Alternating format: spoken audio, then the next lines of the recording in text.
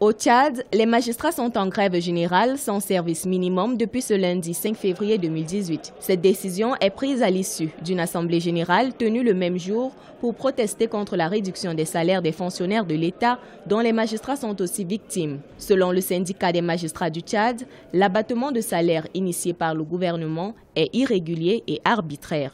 Ces prévenus qui errent dans la cour de la maison d'arrêt, dans ce décret, il est dit qu'il est imposé une amputation de 50% sur les indemnités et primes allouées aux fonctionnaires, aux agents de l'État. Malheureusement, pour ce mois de janvier, une autre lecture a été faite de ce décret par ceux qui l'appliquent pour dire qu'ils peuvent l'étendre maintenant aux autres éléments du salaire. Le décret dit amputation de 50% des primes et indemnités des fonctionnaires.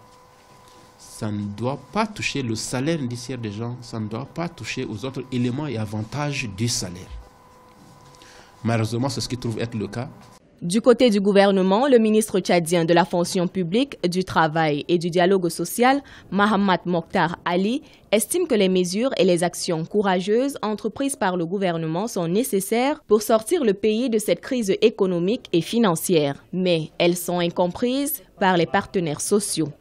Les travailleurs doivent-ils comprendre la volonté manifeste du gouvernement à sauvegarder la paix sociale, indispensable à la consolidation de la paix globale dans notre cher pays. Dans cette perspective, et convaincu de notre capacité à circonscrire ensemble cette crise, nous exhortons nos partenaires sociaux, qui sont des acteurs majeurs et incontournables, à continuer à privilégier la négociation. La grève, moyen légal reconnu aux travailleurs pour la défense de leurs droits, peut réduire drastiquement les capacités productrices d'une administration lorsqu'elle est déclenchée sans limite.